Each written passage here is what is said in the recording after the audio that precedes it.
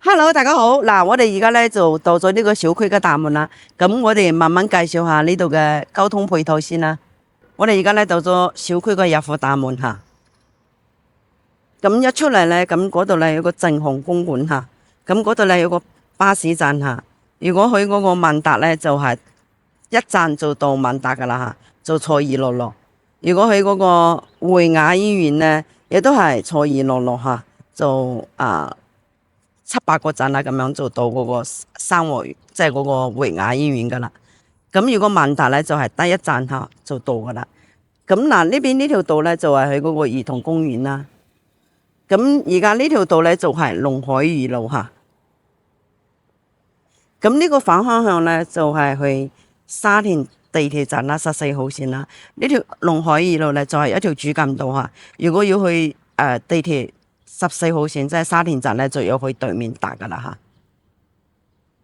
嚇。咁我哋而家咧就上去望一望呢個花園先啦。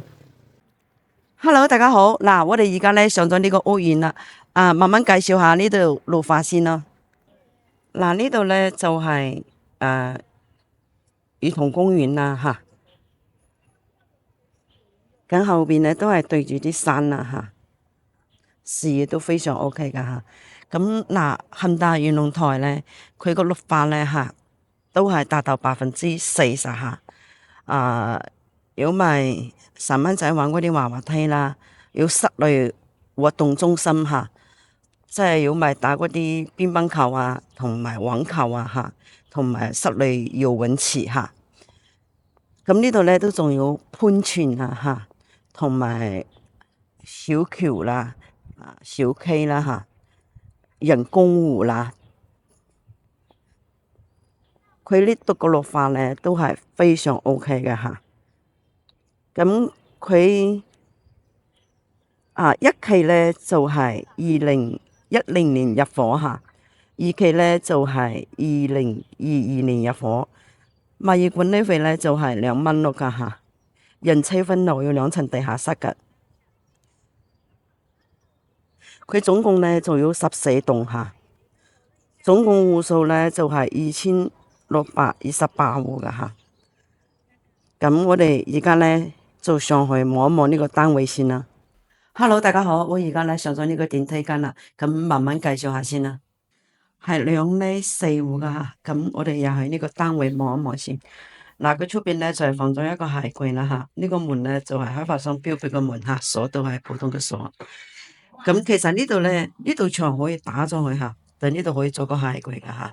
咁呢個客廳同埋餐廳嘅開間咧，都係3米嚇。咁我哋先望一望呢個廚房啦。嗱，呢個廚房咧就係一個7字形嚇。咁呢個咧係一套刺身樓啦，冇住過嚇。咁呢度咧都要一個窗啦，通風效果都非常 OK 嚇。咁呢度咧就係一個擠雪櫃嘅門啦，擠雪櫃啦嚇，就唔係擠雪櫃門講錯。咁我哋望一望呢個陽台先啦。呢個陽台咧都係中規中矩啦嚇，就咁樣。咁呢個視野咧都非常 OK 嚇。嗰度咧就係嗰個兒童公園啦嚇。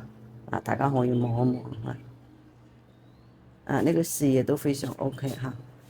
咁我哋望一望呢個睡房區先。